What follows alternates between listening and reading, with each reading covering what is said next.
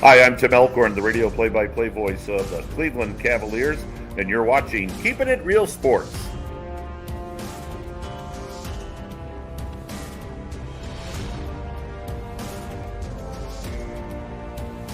With Prince Bell, we rocking with Keeping It Real Sports, and we gonna be on this. We gonna be here a lot of times. I love the platform. Check in, it's the new wave. Like, follow, subscribe, and do all that good stuff.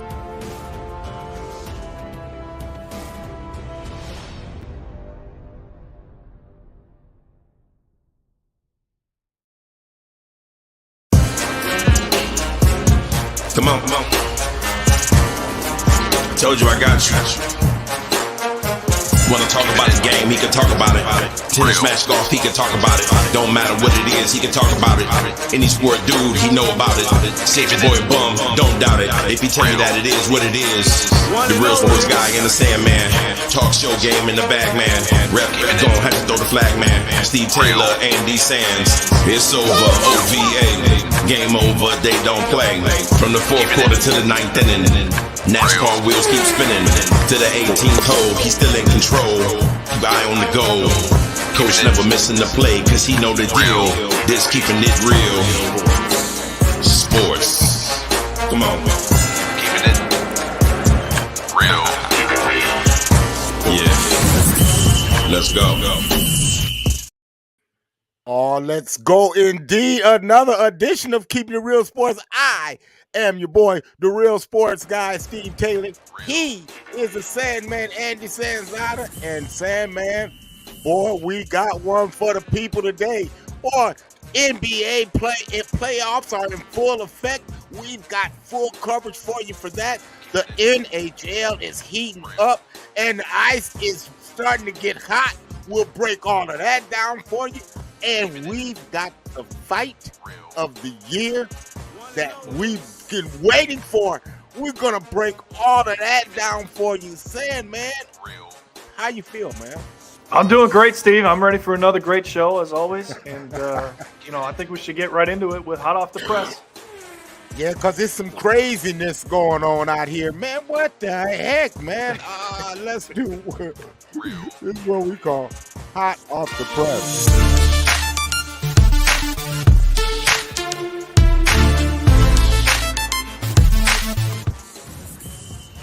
Just when you think you've heard it all, Steve Taylor, now we've got NFL players gambling on NFL games and college football as well. And the NFL says, I don't think so, Tim. And they have put a kibosh on that big time. The players that were suspended indefinitely were the ones that bet on the NFL games. The players that received 6 games were the ones that bet on the college games. Your thoughts on this, my friend, considering that you are one of the most infamous Pete Rose fans on the planet. Yeah, I mean, like Quintez Cephas, C.J. Moore, and my guy Shaka Martin, I believe his name was, from the Washington Commanders. It was actually 5 players that were suspended that was under investigation. 4 of them happened to be Lions players.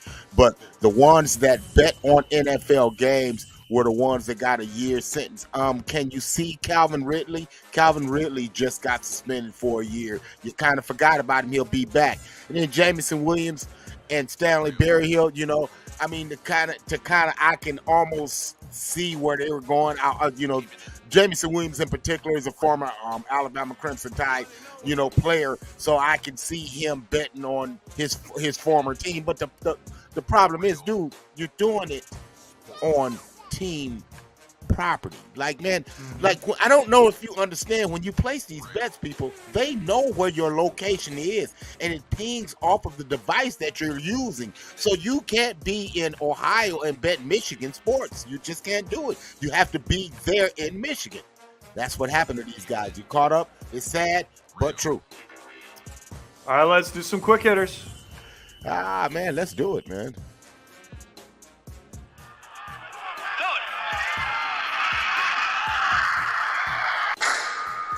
Quick hitters. Suspension seems to be the theme at the top of the show today, right? Right. I mean, we got another one here in Major League Baseball. This is a big one, though, Steve.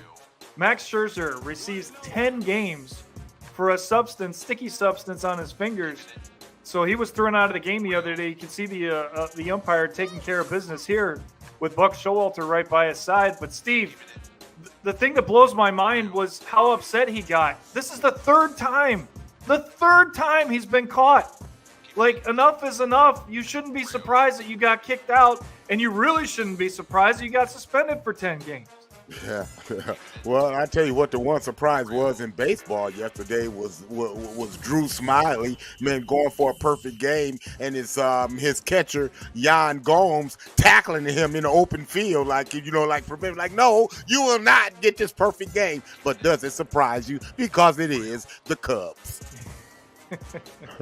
I'm just saying. Hey, man, I'm gonna tell you what else happened this week, man. Man, Jalen Hurts got paid. He got the bag, the whole 9 yards, man. Man, I gotta show him a little love, man, just since he got paid. You haven't been able to use that one for a long time. It just works, man. It works. It just works. That's right. But man, your thoughts, man, on the contract? I think it's well deserved. I mean, he definitely proved himself last year. I thought he had a great season the year before that when he got hurt. He's a legitimate starting quarterback in the NFL, Steve, and he's a five-tool player. He can do everything you need him to. His ability to read defenses, he doesn't turn the ball over. He can run if you need him to. He just makes smart decisions. That's the kind of guy you want running your offense every week. So I think it was warranted for sure. Yeah, man. $179 million guaranteed is what was important to me. And then the no trade clause was also very important to me as well. Mm-hmm. But man, how does that affect Lamar? Well, see, what that shows is, man, we're not doing any fully guaranteed contracts. So my question to you is: this helping or hurting Lamar? I think it hurts him, Steve, honestly. And the other thing that's hurting him is he doesn't have an agent. You have to allow the agent to do the negotiating. You are not going to be able to negotiate what you want directly with a franchise in the National Football League. I don't care which one it is. They want to work with the agents, okay? And that is how it's got to be done. Why do you think Jalen Carter is moving up the draft boards now? It's because he hired Drew Rosenhaus. End of story. That's why. Yeah. Okay, all right. Well, let's get to tonight, man. We've been talking about it. We got Tank Davis against Ryan Garcia. Andy, this is the fight of the year. You saw firsthand some of the fireworks. Give me your thoughts initially, man, before we start to break this thing down. I mean, these guys want to tear each other's faces off initially. That's what I say. I mean, they couldn't even be civil on SportsCenter. Normally, that's where they can at least have enough respect for the fact that they're on television and they can't cuss, right? No, that went out the window. Forget about it. They almost wanted to jump through the screen to tear each other apart. So I know you're jacked up for this one. I won't be able to watch it because I don't have the pay-per-views, but I know you'll be watching it full force tonight. Yeah. And you have a surprising take on who's going to win this fight, Steve. Tell everybody. Look, man, here's the thing. Man, Tank Davis really thinks that he can take this kid into deep water. The problem is, man, Ryan Garcia knows how to swim. My thing is, if Tank doesn't knock out Ryan, he's not going to win this fight. This thing goes 12 rounds, man. If it goes 12 rounds, at the end of this, Ryan Garcia will be the victor. All right, there you have it. I think it's time to hurry up with some NHL playoff action. Let's go.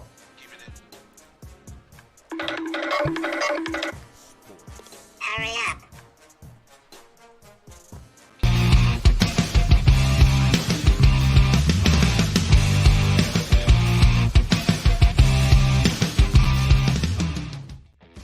Once again, my friend, the NHL is delivering come playoff time. We took a look at the brackets last week. We saw the matchups. Now we're going to get into each matchup one by one. Are you ready? Let's break it down. All right, let's do it. Here we go. We got the Panthers and the Bruins. Okay. And the situation on this series right now is that Boston leads 2-1. They dominated in Florida last night with another 4-2 victory, which leads me to think that the Panthers are in trouble, Steve, because now they've got questions in net, which was the one thing they thought they had solved with Alex Lyon. He doesn't look very good last night. They put Bobrovsky in. He hasn't played since January, and he obviously has rust. So now, if you're the head coach, Paul Maurice. Who do Yeah. you go with in Game 4? Yeah, you kind of got to do something. So you're kind of stuck in a rock between a hard place right now, man. It just so happens you drew the best team in the league. Okay, you caught them the other night. You were able to get the win. But see, fast starts has been what has been good for Boston. Boston got another fast start again last night. We saw that. I'm just saying, bro, it's not a bad thing. They're just better than you, man. Yeah, and keep in mind they're doing this without one of their best players. And that's why they're and that's why they had the hiccup the other night. But man, Boston, man, they're off and running, and they'll get him back in the next series. Remember, I said it would be Boston in 5. All right, this series is amped up big time after last night. Take a look at what's going on here. Carolina leads the series 2-1. Game 4 is Sunday. Steve Taylor, the Carolina Hurricanes have lost 8 games in a row in the playoffs on the road. They can only win at home. Luckily, they have home ice in this series. It could come down to that. But an NHL record was broken last night in the 79-year history of the NHL. 4 goals scored in 2 minutes and 17 seconds by the Islanders in the third period to win the game. Yeah, the floodgates opened up after they got the misdirection goal, man, for the go-ahead. They gave up an empty netter as well. But, man, the Canes really played well up until the end there where the floodgates opened up, man. I wouldn't panic too much if I'm a Hurricane fan. I still think they have questions in goal, Steve. Antti Raanta is not going to win you a Stanley Cup. He can't do it. He's been a backup his whole career. He's had some success at home, which is why that's a good thing they have home ice in this series. But I don't think he can win you a Stanley Cup. Frederik Andersen's hurt right now. That's hurting the Carolina Hurricanes, in my opinion. All right, let's take a look at the intense rivalry between the Rangers and the Devils. And right now, it's not much of a rivalry, Steve. They really dominated at home. And Igor Shesterkin was the reason why, obviously. But Panarin, Kane, Kreider, all the big names are stepping up. Yeah. And that has been the difference in this series. Yeah, what's sickening to me, man, is how Tarasenko comes up and starts the whole thing off, man, for the Rangers. Kreider, again, he has 38, I think it's 38 career playoff goals, so he added a couple the other night. But the thing that I found that was more telling to me is the brawl at the end of the game the other night where Snyder and McLeod goes into it, and Snyder is like, look, bro, we got a whole lot of more of this for you. You're not going to lose the game and win the fight. No, we're going to win the game and we're going to win the damn fight. I like the fight in the Rangers, man, and I think they're set up for a long playoff run. Kenny Gibson, let's go Rangers. I think you and I both have them going to the Stanley Cup final out of the East Conference, if I'm not mistaken. So there you go. But, Steve, Jack Hughes has to step up. I mean, you're going to be a franchise player. People are starting to compare you to the likes of Connor McDavid to some extent, not the skill-wise, but in terms of being that franchise guy. He's got to start scoring the puck if they're going to have any chance in that series. All right, and then the last series in the East, we've got the Rangers and the Lightning. This is the only series so far, Steve, that's tied 1-1, and it's been a lot of goals for both teams. Goaltending has been questionable on both sides, which is surprising when you consider Vasilevsky's won 2 Stanley Cups.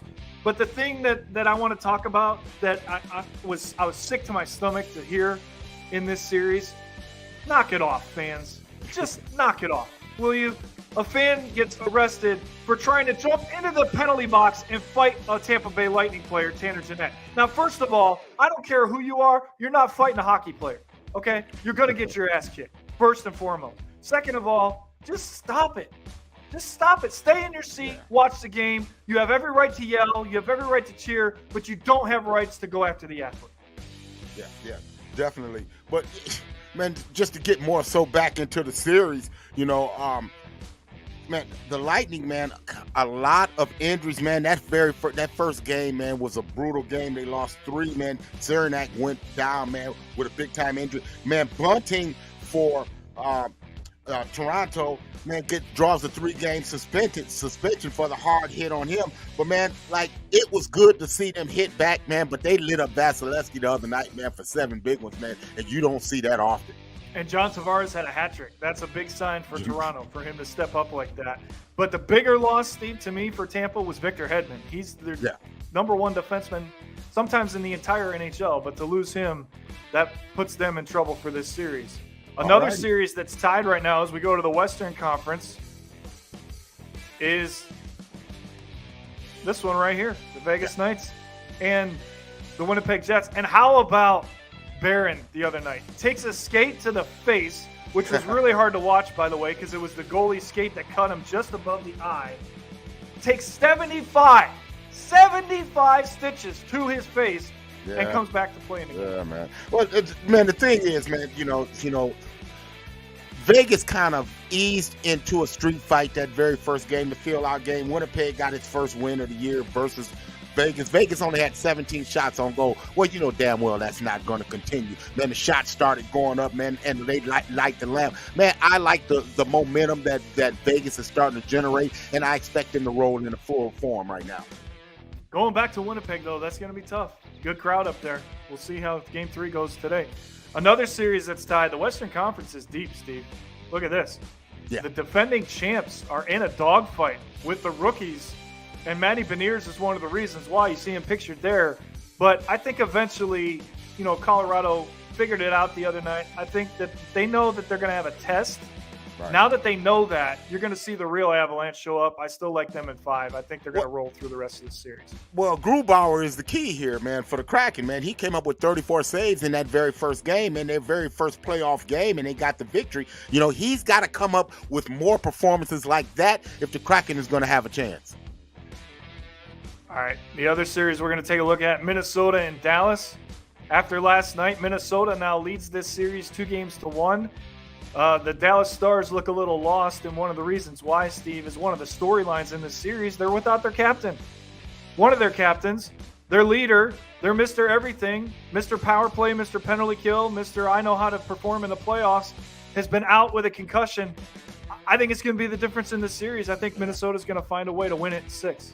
Yeah, and you know what? Minnesota believes that they belong, and that's the problem that Dallas has right now, because really, if you look at it on paper, Dallas should be, man, winning the series, but they're not, Man, Minnesota had a spirited effort last night. I really liked the way that they came out and they hit back.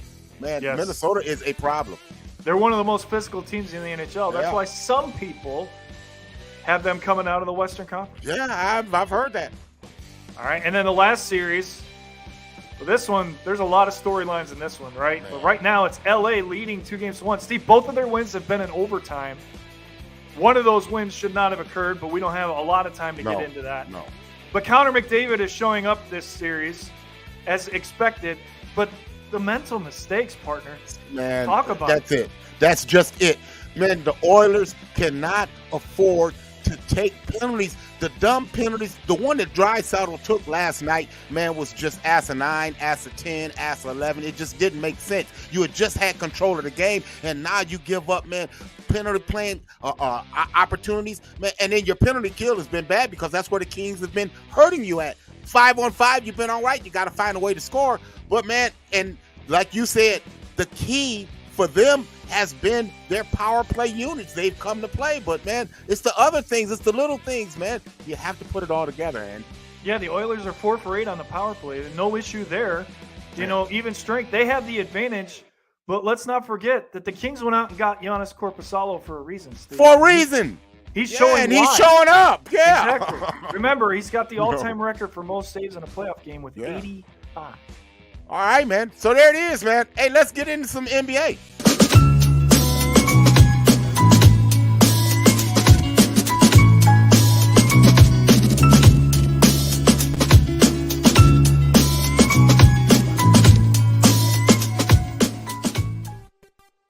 All right, let's take a look at the Eastern Conference. First, Steve, let's go right to the top. We've got the Bucks and the Heat. Surprisingly, this series is tied at 1-1, Game 3 this afternoon. And Milwaukee was able to do it without Giannis the other night. Statement made by the Bucks. I still think they're going to win the series.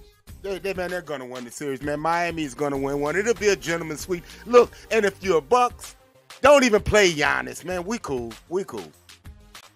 All right, next up, we've got the Celtics and the Hawks. Atlanta comes through with a home win last night. Trae Young shows up with 30 points. Jason Tatum was held in check for the most part. Your thoughts on this series? I know we didn't think it would be a sweep. You and I both had Atlanta getting at least one. Is it possible that they tie the series tomorrow? Highly unlikely, Andy. The effort that Atlanta got last night from its guards, man, they were big. Trae Young came to play last night. He showed that, look here, man, I've been on this stage before. Dejounte Murray, the shot that he hit over Derek White in the corner, and Derek White falls down and he points at him, man, that is a big moment for them, as a team. What they're going to have to continue to do is rebound the basketball as a group. The bigs in the middle are going to have to be that big. The acquisition of Darius Bey from Sadiq the Bey. Pistons. Sadiq Bey, yeah, hey Bey, that's what they call it. Hey Bey. Look, man, big time acquisition. Yeah. All right, and then you've got a chance for a sweep, one of the rare chances for a sweep in both playoffs. Philly leads 3-0. They'll be without Joel Embiid because of a knee injury that he aggravated in Game 3. They should be without him anyways because he should be suspended for kicking Claxton in the ding-ding. Right, yeah. I guess you what the NBA told me this week is you can't moonwalk on a guy's chest, but you can kick him in the ding-ding, and still play the game. That's kind of what I got, so. No, not so fast, my friend. The Nets will win this next game. I don't care what the spread is, bet it. I'm just telling you that right now. Man, they're going to come out with a purpose. It's not going to be good. So they're going to have to go back, and then Joel Embiid to come back, and then they'll close them out. It'll be a gentleman's sweep. All right, and then the Cavs had a rough one last night in their first trip to the Garden in quite some time, especially in the playoffs, Steve. Did not look good at all. New York leads this one 2-1. You have to give the Knicks credit. I will not give the Knicks credit, but just awful effort from the Cavaliers. Their shooting was completely off. They didn't make any adjustments. It looked like the lights were too big for them, Steve. I saw on the milk carton there was an all-points bulletin looking for Darius Garland. Like, dude, where the hell are you? Because it seems to be you're the biggest Dow Joneser in sports. What I mean is you're up one moment and you're down the next. Okay, Darius Garland, can you at least give us some in-between? Please, just be steady. Just please be steady. Don't have us looking for you anymore, Darius Garland. All right, that takes a look at the Eastern Conference, Steve. Let's go over to the West. And this series, a lot of people thought Minnesota could possibly get one game. Denver doesn't seem to want to allow that to happen. They were impressive in their road win last night. They've got a chance to sweep tomorrow. Well, look what you asked Minnesota. Minnesota had to play in not one but 2 games. So they travel from Minnesota. You tell them to go into altitude to play them in less than 48 hours. Okay, that's not fair. You're down 1. And then you come the next game and you find out, you got a little bit of rest, and it's like, now you're down 2. Then you come to your home, it's like, everything will be okay. And it's like, now you're down 3. Maybe you might want to look at people. Denver Nuggets are pretty damn good. And they're starting to figure it out defensively, which makes them even more dangerous, Steve. Well, the thing is not just defensively, but the different looks that they give you offensively, because the biggest misconception is that they're a one-man team with the Joker, man, Murray hasn't played in the playoffs the last 2 years. This kid is getting his chance, so now he's showing up and he's showing out. It's a beautiful thing, man. All right, speaking of beautiful things, a lot of people liked watching the Lakers lose the other night without Ja Morant for the Grizzlies. So this series is tied 1-1. Game 3 tonight, 10 o'clock. Lakers going back home. We still don't know if Ja's playing or not, Steve. Does it matter? Will the Lakers win Game 3 tonight? Well, it depends on how this goes down. To me, I'm looking at the show. The star of the show is Dylan Brooks. Dylan Brooks says, hey, look, man, I poke bears, man. Hey, LeBron being the bear, I don't care. He's old. He's old. I want old Cleveland LeBron or old Miami LeBron. That's the dude I wish I could play against. This dude here, he's old. Well, LeBron, if you don't bust his ass tonight, then maybe you are old, because that's what I'm going to be looking for. That's going to be the matchup that I don't give a damn about the game. I'm looking at the matchup. LeBron, you better bust his ass tonight. All right, speaking of busting tails, how about what the Kings were able to do in the first 2 games, but then not so fast? The Warriors reminded us why they're championship pedigree at home. I think they're going to tie this series at home tomorrow as well, Steve.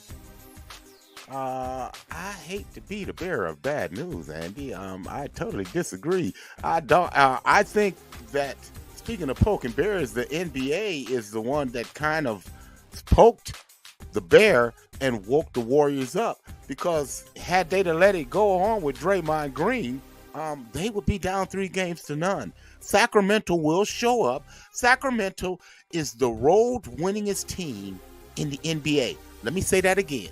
Mm-hmm. The team that has the most road wins in the NBA is Sacramento. You'll find that out tomorrow. All right, and then the last series we've got to get to here, the Clippers and the Suns. Right now, Phoenix has a 2-1 lead. Kawhi Leonard out in Game 3, also out in Game 4.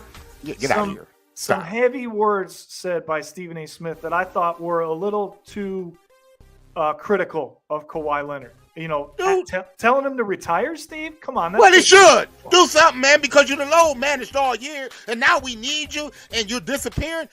Man, miss me with that. All right, so does Phoenix win this in 5, or can the Clippers stay in? Yeah, man, get these boots. Get them the hell out of here, please. All right. Get them out of here. We're tired. All right. We're tired. All right, man. So,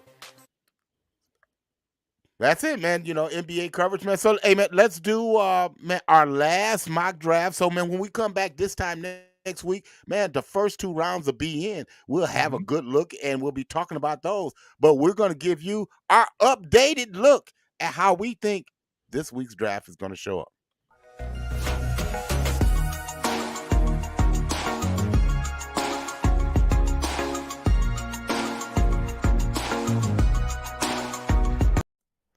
Our final Keeping It Real mock draft starts with Carolina Panthers on the clock. Their team needs our quarterback, edge rusher, and tight end. They move to the 1 spot with a major trade with the Chicago Bears. Most people think it's a flip between Bryce Young and C.J. Stroud. At the end of the day, we think they take C.J. Stroud. Just too much to pass up on. 6'3", 215 pounds, over 30 career starts. This is a great building block for your foundation, C.J. Stroud. That puts the Texans on the clock, and their team needs are the same: quarterback, edge rusher, and wide receiver. They have a brand new coach, D'Amico Ryans. He comes over with the defensive mentality mindset. We think they take Bryce Young, the quarterback, out of Alabama. There has been dialogue that Houston could trade out of this pick or take a non-quarterback, but we think Bryce Young is the guy, being that D'Amico Ryans comes from a defensive mindset. They're going to run the football and not ask Bryce to do a lot. That puts the Arizona Cardinals on the clock. They have a bunch of needs, edge rusher being one of them, linebacker, also wide receiver. There's a ton of need right now and a lot of uncertainty in this organization.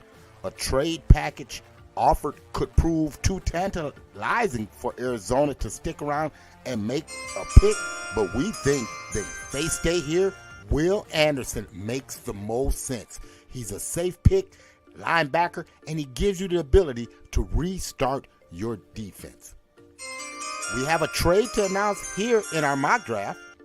That puts the Baltimore Ravens on the clock, because in our mock draft, we have them trading with the Colts for the rights to Lamar Jackson. So for right now, we have them on the clock. They need a quarterback amongst a lot of things.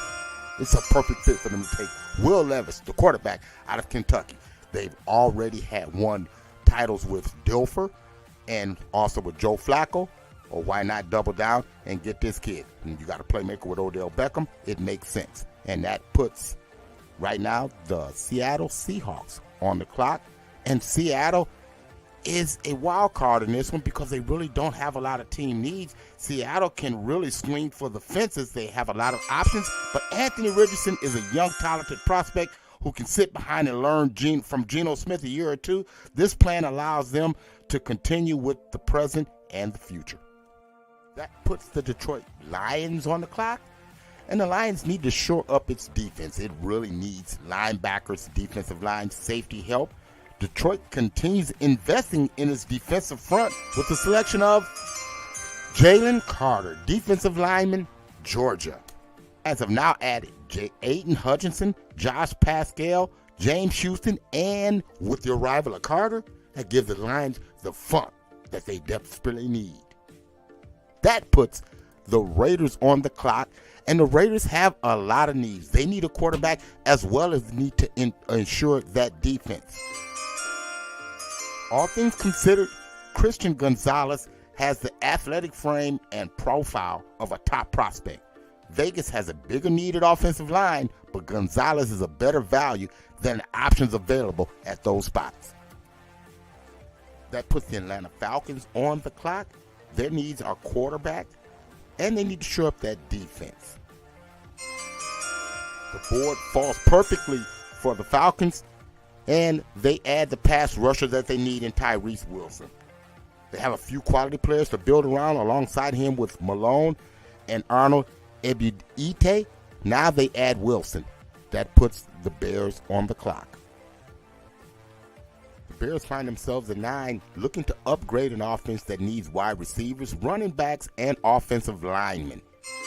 The Bears get the offensive lineman that they want in Paris Johnson, the flexible lineman from Ohio State who steps in day one to that right side of the line, protecting its investment in Justin Fields. And that puts the Eagles on the clock. And the Eagles historically invested in their offense and defensive lines. Depth allowed them to lose important pieces in free agency without missing a beat. So they look to upgrade its offense with the best prospect in the draft, Texas running back Bijan Robinson. That allows the Eagles to replace Miles Sanders, who went to the Bears in free agency. So there you have it, our mock draft 3.0. Interesting how Robinson's moved up those draft boards over the last week or so. Yeah, it's crazy. He's moving up those draft boards, man. Same thing with Jalen Carter too. Yeah. So there you go, man. Hey, man. Before we get out of here, man, we got one last thing.